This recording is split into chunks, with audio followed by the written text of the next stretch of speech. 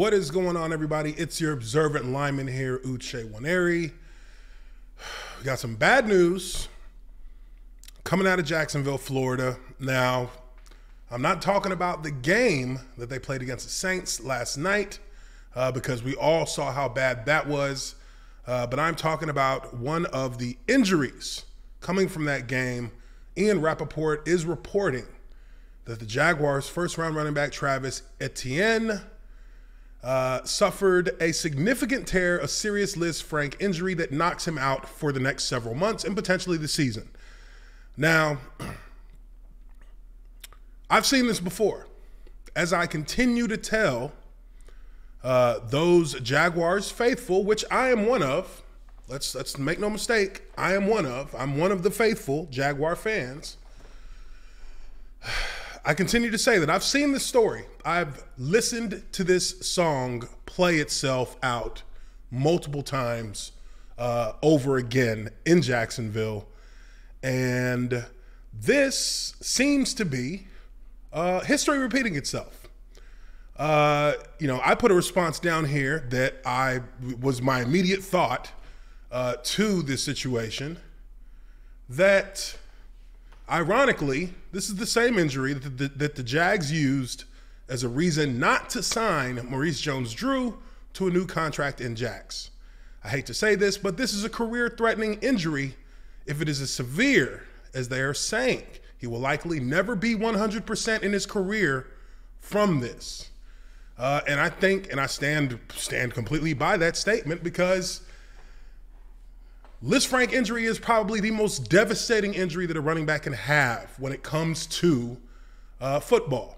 It's literally the stability to be able to explode and run that they have it's completely gone. So this is something that adds insult to injury, because if you're looking at the bigger picture for the Jaguars right now, there are many questions that are swirling about Urban Meyer. I have questions myself. I had doubts that I have voiced from the very outset when they hired him, that this was not a good hire to make. Fast forward from there to the hiring decisions that were made by Urban Meyer, which are now proving to have been, at least for the present moment, decisions that were ill-advised. And then we look at the draft, the NFL draft, which they picked Trevor Lawrence with the first overall pick in the NFL draft. The first pick of the draft goes to the Jaguars, a pick that will lead the franchise into the future. This is the cornerstones that you're setting for your franchise to move forward. Generally, when a #1 overall pick for a franchise that is in total rebuild is a quarterback, you generally see the following picks, the immediate following picks, spent on offensive linemen. During the draft, Urban Meyer said he will pick the best player available over the player that they need. I think that just shows the level of inexperience, the level of arrogance that Urban Meyer has in foregoing what was an easy decision to make for any truly experienced team builder in the NFL.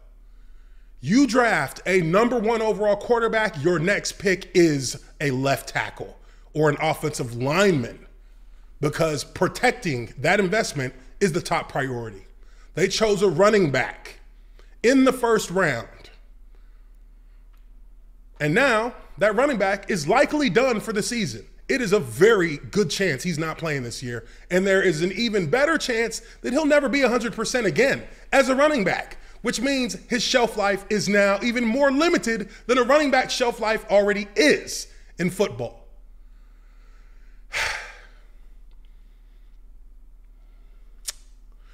So at the end of the day, history is repeating itself in Jacksonville, as far as I can tell. And people can say what they want about it only being the preseason, but no, listen, I've been in this situation before. I had 4 head coaches in Jacksonville, 3 general managers. I've seen this play itself out. And I already see it happening. As we sit here today, I see it already playing itself out. You got a coach who comes in, he's a sexy hire, they picked him, talked about all these college accolades that mean absolutely nothing in the NFL. They mean nothing.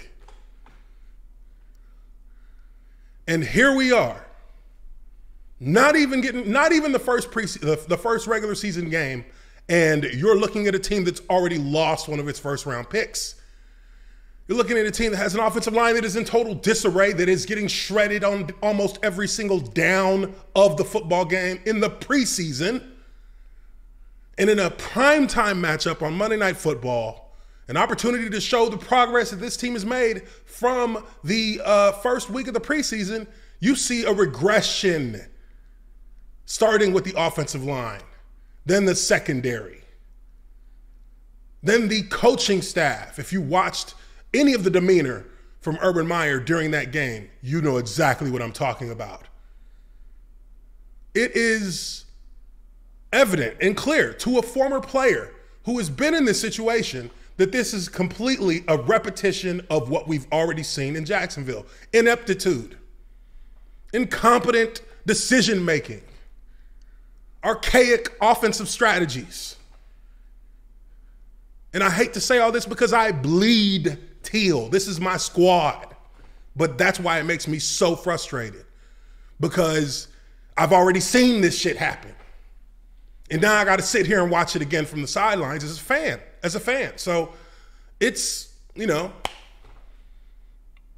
sucks to have to say it. And there are people who are going to hold out hope. And hey, I will be cautiously optimistic if I am in any way assuming that the Jags are going to win more than 4 or 5 games this season. I don't think that happens. I definitely don't think they win 5 now. One of their top picks is done. We don't have an offensive line. We can't cover in the secondary. So what are you really expecting from this team? Will it take years to build this team? It will take years to build this team with an experienced NFL head coach. I don't know if you can build this team with a coach who has no experience but a lot of juice in his head about how good he is as a coach. So Travis Etienne, he's done. Urban Meyer and the Jaguars look like a mess. They look really bad. And I actually think that Urban Meyer was actually right in saying that this is a QB competition, because if I were him, someone who understands how these things work in the NFL, I would bench Trevor Lawrence at this point. I would shelf him for this entire season. You are not playing this year, because if I put you out there, you're going to get Joe Burrowed. And we didn't pick you number 1 overall to have to replace your ACL midway through the season. So we'll let Gardner Minshew go out there and do what he can. Put yourself on film, give yourself a good opportunity of getting traded to a good team and get a good salary next year. And I would let him go out there and be the starter. My personal opinion at this point, based on what I've seen. And that's not a knock on Trevor Lawrence, and it's not a knock on Gardner Minshew. It is, if you're thinking about the future of this franchise, and you're thinking about moving forward and being a team that can compete for the postseason, you're going to need Trevor Lawrence. And putting him out there this year as a starting quarterback is endangering his career. As we now see, Travis Etienne, his career is definitely going to be shorter than it would have been. So that's no fault of his own, but that is the situation that he's in right now. But let me know what you guys think. Leave your comments down below. Hit the like button if you like this video. Subscribe to the Observant Lineman Uche Nwaneri. Appreciate you guys very much. I will check y'all out on the next one. Peace.